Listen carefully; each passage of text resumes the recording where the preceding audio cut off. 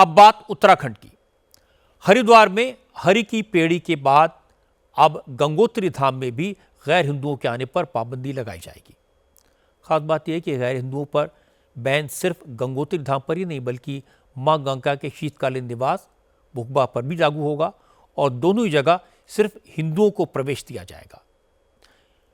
श्री गंगोत्री मंदिर समिति के अध्यक्ष सुरेश सेमवाल ने कहा कि दूसरे धर्मों के लोग यहां टूरिस्ट के तौर पर आते हैं, हिंदुओं की भावनाओं का अनादर करते हैं, यह ठीक नहीं है।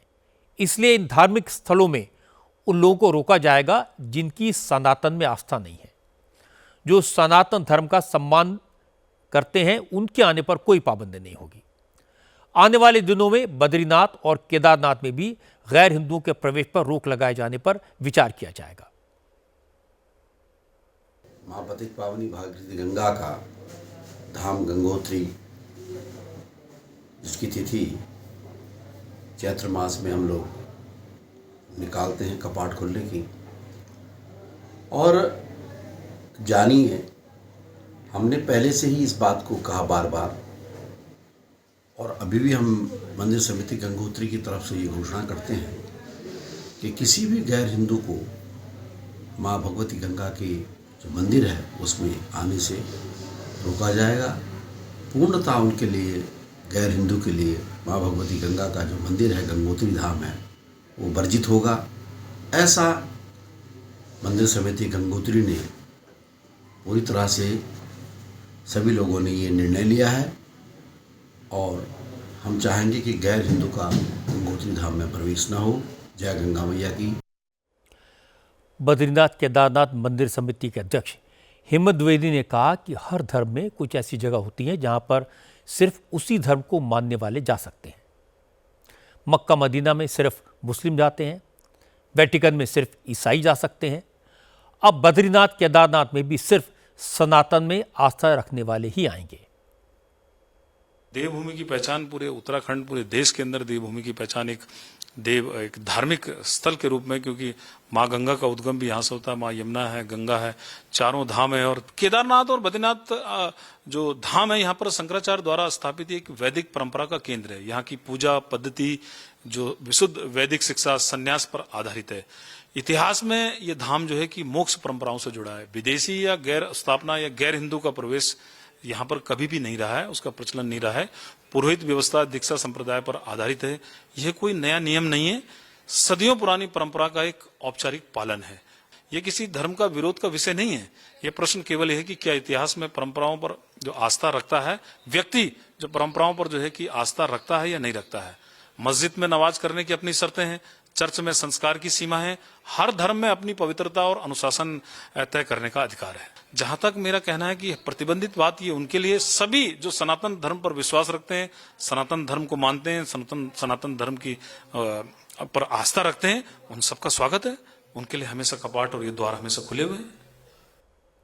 उत्तराखंड के मुख्यमंत्री पुष्कर सिंह धामी ने कहा कि हिंदुओं के पवित्र स्थानों में दूसरे मजहब के लोगों के प्रवेश पर पाबंदी कोई गलत बात नहीं है। सरकार भी साधु संतों की भावनाओं का ख्याल रखेगी। इस मुद्दे पर कानूनी राय लेकर आगे बढ़ेगी।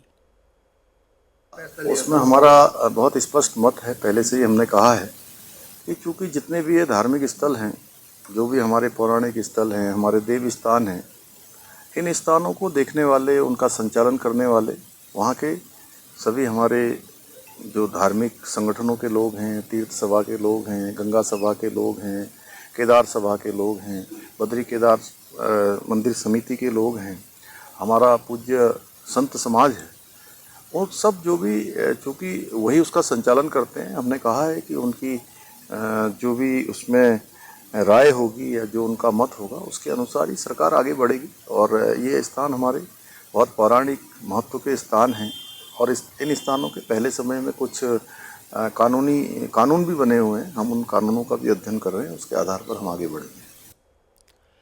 हालांकि कांग्रेस के नेता इस तरह की पाबंदी का विरोध कर रहे हैं। उत्तराखंड के पूर्व मुख्यमंत्री हरीश रावत ने कहा है कि धार्मिक स्थलों पर जो लोग आते हैं वो हिंदू धर्म की महानता से परिचित होते हैं, लेकिन बीजेपी अपना सियासी एजेंडा पूरा करने के लिए गैर हिंदुओं पर पाबंदी लगा रही है। भाजपा का अपना अपना एजेंडा है, करें।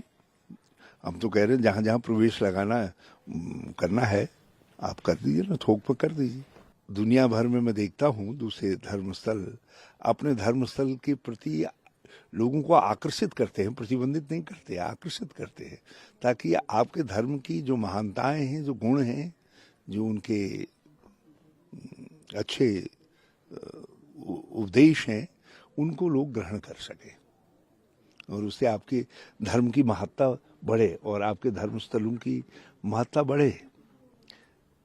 अब ये नया रिवाज चला है, कांवड़ आपकी गैर हिंदू बनाएंगे, राम जी के खड़ा हुआ आपके गैर हिंदू बनाएंगे, पूजा की अगरबत्ती बनाने का काम आपके गैर हिंदू करेंगे है?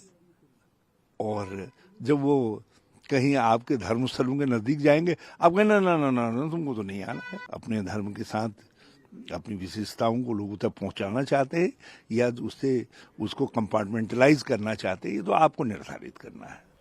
ये बात सही है कि तिरुपति बालाजी का मंदिर, जगन्नाथपुरी का मंदिर, ऐसे कई देवस्थान हैं जहां गैर हिंदुओं का प्रवेश वर्जित है, लेकिन ज़्यादातर धार्मिक स्थानों पर इस तरह की कोई रोक नहीं है। ये सवाल इसलिए उठा क्योंकि कुछ दिन पहले गंगा सागर मेले में चिकन पैटीज बेचते हुए कुछ लोग पकड़े गए।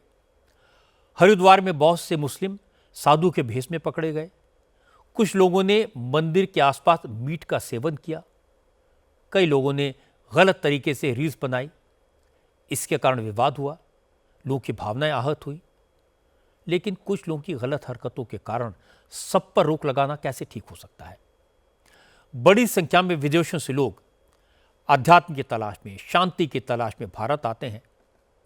आपको याद होगा, एप्पल के फाउंडर स्टीव जॉब्स ने खुद कैंची धाम जाकर अध्यात्म का अनुभव किया था। स्टीव जॉब्स की वाइफ लॉरेन पॉल पिछले साल कुंभ में आई थी। 1 महीने तक संगम के तट पर रहीं। अपना नाम कमला रख लिया, हिंदुत्व को अपना लिया। इस तरह के दर्जनों उदाहरण हैं। बड़ी संख्या में विदेशी लोग गंगोत्री, यमुनोत्री, बद्रीनाथ और केदारनाथ जैसी तीर्थों पर आते हैं।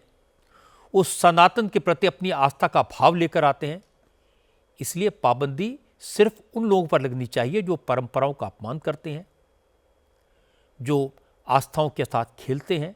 सब पर पाबंदी लगाना ठीक नहीं होगा।